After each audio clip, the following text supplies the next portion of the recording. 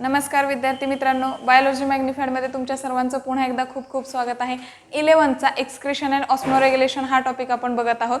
त्याच्यामधला अमोनोटेलिझम आपला already part झालेला आहे। आता बघायचं आहे युरिओटेलिझम। ठीक आहे, मग या टॉपिकच्या या पॉइंटच्या तुम्हाला नोट्स हव्या असतील तर आपला व्हॉट्सअप ग्रुप आहे, ज्याची लिंक मी डिस्क्रिप्शन बॉक्समध्ये दिलेली आहे। तो व्हॉट्सअप ग्रुप नक्की जॉइन करा।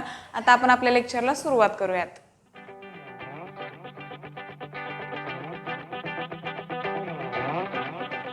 आता युरिओटेलिझम नावातच आहे। काय आहे याच्यामध्ये? युरिया आहे। काय आहे? युरिया म्हणजे तुमचं जे नायट्रोजनस वेस्ट आहे ते in the form of urea बाहेर टाकलं जाणार आहे, एलिमिनेट केलं जाणार आहे। कुठल्या फॉर्ममध्ये? युरियाच्या फॉर्ममध्ये बाहेर टाकलं जाणार आहे। सो युरियाचा जो फॉर्म्युला आहे तो लक्षात ठेवा, CONH2NH2 किंवा मग तुम्ही NH2CONH2 कसंही म्हणू शकता, CON2H4 कसंही असू शकतं। सो याच्या गोष्टी आता ह्या पार्ट केमिस्ट्रीतला आहे, पण तो तुम्हाला इथं लक्षात घेतला पाहिजे की ऑब्जेक्टिव्हमध्ये हे कसंही विचारलं जातं। मी असा फॉर्म्युला लिहिलाय, CON2 आणि H4 असं विचारलं जाईल किंवा जे पण असेल स्ट्रक्चर, जस्ट युरियाचा फॉर्म्युला तुम्ही लक्षात ठेवला पाहिजे। ओके, आता हा युरिया का? मग आपला बेसिकली आपण काय म्हणतो, नायट्रोजनस वेस्टमधून अमायनो ॲसिडचं ब्रेकडाऊन होऊन काय तयार होत असतं? अमोनिया तयार होत असतो आणि हा अमोनिया एक्सक्रीट करणार आहोत आपण। पण अमोनिया आपण बघितलेला, हा अमोनिया कसा असतो? हायली टॉक्सिक असतो आणि अमोनिया बाहेर टाकण्यासाठी पाण्याचं प्रमाण पण जास्त लागतं। आता आपण मॅमल्सचं घेऊयात, आपलं एक्झाम्पल घेऊयात। आपण काय पाण्यात राहतो का? नाही। म्हणजे ज्या प्रमाणात ॲक्वॅटिक ॲनिमल्सच्या बॉडीमध्ये वॉटर लेवल असते किंवा त्यांना पाणी जेवढं अवेलेबल असतं तेवढं आपल्याला अवेलेबल नाही होत, बरोबर की नाही? किंवा आपण पॉसिबल नाही ते आपल्याला तसं युटिलाइज करणं। सो आपल्यामध्ये मग अमोनिया कसा एक्सक्रीट करणार? तर अमोनियाचा लेस टॉक्सिक फॉर्ममध्ये आणि ज्याला कमी पाणी लागणार आहे एलिमिनेट करण्यासाठी अशा फॉर्ममध्ये, म्हणजेच तुमच्या कशामध्ये? युरियामध्ये कन्व्हर्जन केलं जातं। आणि अमोनिया टू युरिया, अमोनियाचं कन्व्हर्जन युरियामध्ये करण्यासाठी जी प्रोसेस आहे त्याला किंवा जी सायकल आहे तिला काय म्हटलंय? ऑर्निथाइन सायकल म्हटलंय। हे एक्सप्लेन केल्यानंतर मी ऑर्निथाइन सायकल काय आहे ते सुद्धा सांगणार आहे। अमोनियामध्ये कार्बन डायऑक्साईड मिक्स केला आणि ऑर्निथाइन सायकल फॉलो करून काय होत असतं? अमोनियाचं कन्व्हर्जन हे युरियामध्ये होत असतं। तुमच्या कशामध्ये होत असतं? युरियामध्ये होत असतं। आता आपल्याला युरियाच्या काय बघायच्या आहेत? प्रॉपर्टीज बघायच्या आहेत। म्हणजे युरिया नक्की कसा आहे, काय, मग कशा प्रमाणात तो पाणी घेणार आहे, एलिमिनेट करणार आहे, या सगळ्या गोष्टी आपल्याला बघायच्या आहेत। आता युरिया हा लेस टॉक्सिक आहे दॅन अमोनिया। अमोनियापेक्षा थोडासा काय आहे? तो कमी टॉक्सिक आहे। जसा तो कमी टॉक्सिक आहे तसाच तो काय आहे? लेस वॉटर सोल्युबल आहे। अमोनियापेक्षा तो कमी पाण्यामध्ये कमी प्रमाणात सोल्युबल होतो। ठीक आहे, मग आता जर तो कमी प्रमाणात सोल्युबल होणार आहे तर पाणी सुद्धा एलिमिनेशनला कसं लागणार आहे? कमी लागणार आहे। आणि हा लेस टॉक्सिक असल्यामुळं थोडीशी टॉक्झिसिटी म्हणजेच काय आहे याची? टॉक्झिन लेवल, हार्मफुल लेवल थोडीशी कमी असल्यामुळं काही प्रमाणात सम एक्सटेंटमध्ये तो काय होऊ शकतो? बॉडीमध्ये कॉन्सन्ट्रेट केला जाऊ शकतो। तितका टॉक्सिक नाही आहे, लगेच pH डिस्टर्ब करणार वगैरे असा काही प्रकार होणार नाही। सो याच्यामध्ये सम एक्सटेंटमध्ये तुम्ही बॉडीमध्ये स्टोअर करू शकता याला, कशाला? युरियाला। मग आता आपल्याला हे लक्षात आलं की हा डिझॉल्व कशात होणार आहे?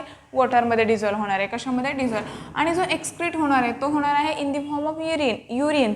म्हणजे युरिन जे आहे आपलं, आपण मिक्च्युरेशन थ्रू ज्याला आपण बाहेर टाकतो, तर तो युरिन जो आहे ना त्याचा मेन कंपोनंट कोण आहे? तुमचा युरिया आहे। कोण आहे? तुमचा युरिया आहे। सो लक्षात काय ठेवायचं आहे तुम्हाला? हा डिझॉल्व होतो वॉटरमध्ये आणि युरिनच्या फॉर्ममध्ये, डायरेक्ट युरिया बाहेर पडला असं होत नाही, पाण्यामध्ये डिझॉल्व होतो ना, म्हणून मग त्याचं काय बनतं? युरिया प्लस वॉटर म्हणजे युरिन बनतं आणि युरिनच्या फॉर्ममध्ये हा एक्सक्रीट केला जातो। आता आपण बघितलं तर याच्यामध्ये काय आहे? हा लेस वॉटर सोल्युबल असल्यामुळं याला काय लागतं? पाणी कमी लागतं। Less required less water to eliminate, म्हणजे त्याला एलिमिनेट करण्यासाठी पाण्याचं प्रमाण अमोनियाच्या कंपॅरिझनमध्ये कमी लागणार आहे। ठीक आहे, मग हे अमोनियाच्या कंपॅरिझनमध्ये कमी लागणार आहे, पण हा एक्सक्रीट करण्यासाठी एनर्जी जी आहे की नाही ती मात्र जास्त लागणार आहे। पाणी कमी लागतं आहे बट एनर्जी जास्त लागते का? कारण याला कन्वर्ट करायचं आहे, काहीतरी याच्यावरती प्रोसेसिंग करायचं आहे। सो याला एलिमिनेट करण्यासाठी ह्याला काय होतं किंवा ह्याला एलिमिनेट करण्यासाठी कन्वर्जन प्लस एलिमिनेटसाठी एनर्जी मात्र जास्त लागते। तुम्हाला CETला असेल, नीटला असेल प्रश्न एनर्जी वाईज आणि वॉटर लेवल वाईज विचारला जातो। म्हणजे चढता क्रम उतरता क्रम तुम्हाला सिक्वेन्स विचारला जाईल। हाय वॉटर कशासाठी रिक्वायर्ड असतं एलिमिनेशनसाठी? तर अमोनिया, त्याच्यानंतर मग तुमचं युरिया आहे, त्याच्यानंतर युरिक ॲसिड आहे, नेक्स्ट आपल्याला बघायचं आहे। आणि एनर्जी वाईज बघितलं तर सगळ्यात कमी एनर्जी म्हणजे वाईस वर्सा आहे, ते एकमेकांच्या अपोजिट आहे। ज्याला पाणी जास्त लागतं त्याला एनर्जी काय लागणार आहे? एकदम कमी लागणार आहे। आपण बघितलं होतं की एनर्जी सेव्हिंग प्रोसेस असते कुठली? अमोनिया एलिमिनेट करणं। सो असा जो पॉईंट आहे तो तुमचा काय आहे? CET किंवा नीट एंट्रान्स ओरिएंटेड हे पॉईंट्स आहेत। सो व्यवस्थित तुम्हाला लक्षात घ्यायचे आहेत। ठीक आहे. त्याच्यानंतर आता आपण बघितलं की पाणी कमी लागतंय आणि एनर्जी जास्त लागते. आता पाणी कमी लागतंय ते नक्की किती कमी लागतंय ते आपण बघूयात. 1 ग्रॅम काय आहे तुमचा NH2 आहे, म्हणजेच कोण अमोनियाचा पार्ट आहे.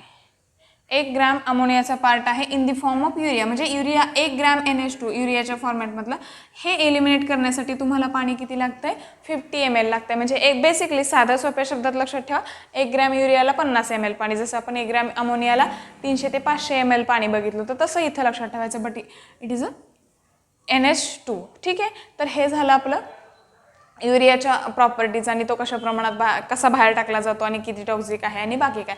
आता आपल्याला बघायचे आहेत एक्झाम्पल्स. कुठले कुठले ॲनिमल्स आहेत जे युरियाच्या फॉर्ममध्ये काय करत असतात, नायट्रोजनस वेस्ट बाहेर टाकत असतात, एलिमिनेट करत असतात. ऑल मॅमल्स मग आपण त्याच्यामध्ये आलो. त्याच्यानंतर कार्टिलॅजिनस फिशेस. मी लास्ट लेक्चरला लक्षात ठेवायला सांगितलेलं, तिकडं अमोनियामध्ये बोनी फिशेस होतं, इथं कार्टिलॅजिनस फिशेस आहे. इन जनरल लक्षात ठेवायचं नाही. मग ते म्हणजे ह्या सगळ्या गोष्टी बोनी फिशेसचा पार्ट आपला तिकडे झालेला आहे. कुठला अमोनोटेलिझममध्ये. ज्यांनी तो व्हिडिओ बघितला नाही त्यांच्यासाठी डिस्क्रिप्शन बॉक्समध्ये तो व्हिडिओ अवेलेबल आहे, तो व्हिडिओसुद्धा तुम्ही बघा. त्याच्यानंतर ॲक्वॅटिक रेप्टाईल आहेत आणि अडल्ट ॲम्फिबियन. आता याच्यावरून सुद्धा तुमच्या लक्षात येईल की आपण अमोनोटेलिझममध्ये बघितलं होतं की लार्वल ॲम्फिबियन्स हे अमोनोटेलिक असतात आणि अडल्ट ॲम्फिबियन्स हे काय असतात, युरिओटेलिक असतात. या ॲनिमल्सला युरिओटेलिक ॲनिमल्स म्हणायचं. काय हा जो फिनोमिनॉन आहे किंवा युरियाच्या फॉर्ममध्ये नायट्रोजनस वेस्ट एक्सक्रीट करण्याचा प्रोसेस म्हणजे युरिओटेलिझम, आणि जे ॲनिमल्स ती प्रोसेस फॉलो करतात ते युरिओटेलिक ॲनिमल्स असतात. ठीक आहे. तर हे एक्झाम्पल झाले. आता याच्यानंतर मी तुम्हाला काय सांगणार आहे, ऑर्निथाईन सायकल आणि नीट रिलेटेड आणि थोडेसे CET रिलेटेड काही पॉईंट्स आहेत, हे पुसून घेऊन मी तुम्हाला ते एक्सप्लेन करते. ऑर्निथाईन सायकल किंवा युरिया सायकल. ऑर्निथाईन सायकललाच युरिया सायकल म्हटलं जातं कारण याच्यामधून काय तयार होत असतो, आपला युरिया फॉर्म होत असतो. ठीक आहे. मग अशी आपण बघितलं अमोनियामध्ये कार्बन डायऑक्साईड मिक्स होतो आणि ऑर्निथाईन सायकल फॉलो करून युरिया तयार होतो. हा त्याचा बेस आहे. मग तेच आपल्याला बाय वर्ड लक्षात घ्यायचं आहे, conversion of ammonia to urea by ureotelic animals. हे महत्त्वाचं आहे. दुसरे कुठले ॲनिमल्स करणार आहेत का नाही.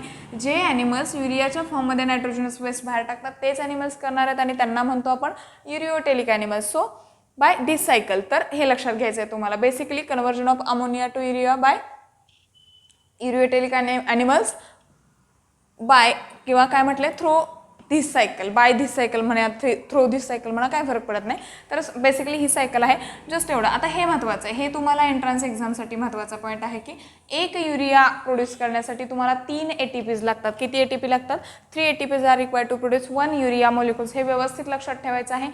नीट स्टुडंटसाठी मला सांगायचं आहे, नीटसाठी ही ऑर्निथाईन सायकल डिटेल आहे, म्हणजे आपण क्रेब सायकल वगैरे जशी बघतो तशी अगदी डिटेल आहे. सो मी याच्यावरती सेपरेट व्हिडिओ बनवणार आहे ऑर्निथाईन सायकलवरती. बट बेसिक तुम्हाला या गोष्टी इथे लक्षात घ्यायच्यात. तर हा झाला 3 ATP लागतात एक युरिया प्रोड्यूस करण्यासाठी बाय ऑर्निथाईन सायकल. ठीक आहे. आता हा झाला ऑर्निथाईन सायकलचा तुम्हाला CETसाठी एवढंच पॉईंट आहे, जास्त नाही. 3 ATP यूज होतात आणि काय होतं बेसिकली एवढंच आहे. आता युरिया कॉन्सन्ट्रेशन इन शार्क आपल्याला बघायचं आहे. थोडंसं स्पेशल पॉईंट आहे, थोडासा वेगळा आहे आणि तुम्हाला अगेन नीट आणि CETसाठी इम्पॉर्टंट आहे. सो व्यवस्थित लक्षात ठेवा.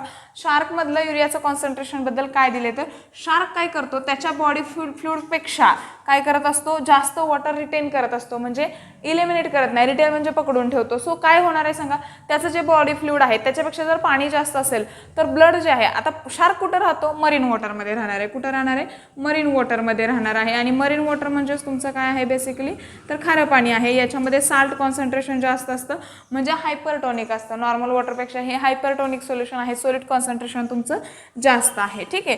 मग आता ह्या काय करतो, जास्त पाणी आतमध्ये घेतो. तर पाणी जास्त आतमध्ये घेतल्यानंतर हे जे ब्लड आहे, त्याचं जे ब्लड आहे ते आयसोटोनिक होतं. आयसोटोनिक कोणाला होतं, isotonic to marine water. Marine water आणि याची जी डेन्सिटी म्हणा किंवा सॉलिड कॉन्सन्ट्रेशन म्हणा, हे काय होतं, इक्वल होतं. बेसिकली ब्लड आयसोटोनिक होतात. त्यामुळं काय होत नाही, एक्झॉस्मोसिस प्रिव्हेंट केलं जातं. आता हे प्लांट वॉटर रिलेशनमधलं आहे. जर सॉलिड बघा, हे कॉन्सन्ट्रेशन जास्त आहे, ए सोल्युशन आहे माझ्याकडे, कॉन्सन्ट्रेशन जास्त आहे.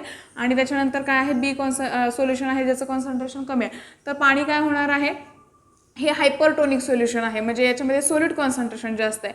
आणि हे हायपोटोनिक आहे, म्हणजे याच्यामधलं सॉलिड कॉन्सन्ट्रेशन कमी आहे. पाण्याचं प्रमाण कोणाकडे जास्त आहे? हायपोटोनिकमध्ये. टोनिसिटी म्हणजे कॉन्सन्ट्रेशन, हायपो म्हणजे बिलो कमी आणि हायपर म्हणजे जास्त. मग इकडे कॉन्सन्ट्रेशन जास्त आहे म्हणजे पाणी कमी आहे. सो जास्त पाण्याकडून कमी पाण्याकडे काय होणार आहे? पाणी ट्रान्सफर होणार आहे. मग असं जर झालं तर ह्याच्यामधलं बॉडीमधलं पाणी काय होणार आहे? बाहेर जाईल. सो तो जास्तीत जास्त पाणी करतो आणि मग एक्झॉस्मॉसिस होत नाही, आणि एक्झॉस्मॉसिस नाही झालं तर तो मेंटेन, म्हणजे तो तिथे ॲडॅप्ट. बेसिकली हे एक प्रकारचं काय आहे? ॲडॅप्टेशन आहे मरीन वॉटरमध्ये राहण्यासाठीचं. ठीक आहे, तर हा पॉईंट होता आपला युरिओटेलिझम. युरिओटेलिझम डिटेल आपला कव्हर झालेला आहे. नेक्स्ट लेक्चरला आपल्याला युरिकोटेलिझम बघायचं आहे. आय होप आजचं लेक्चर तुम्हाला समजलं असेल. तुम्हाला माझे लेक्चर्स कसे वाटतात कमेंट सेक्शनमध्ये मला नक्की कळवा. तुम्हाला कुठल्या पॉईंटवरती लेक्चर हवा असेल तरीसुद्धा मला कमेंट सेक्शनमध्ये कळवा. तुमचा काही डाऊट असेल तो सुद्धा तुम्ही कमेंट सेक्शनमध्ये मला लिहा, मी त्याचं सोल्युशन नक्की देईन. आणि महत्त्वाचं म्हणजे आपला चॅनल शेअर करा, सबस्क्राईब करा, त्याचबरोबर बेल आयकॉनसुद्धा प्रेस करा. थँक्यू.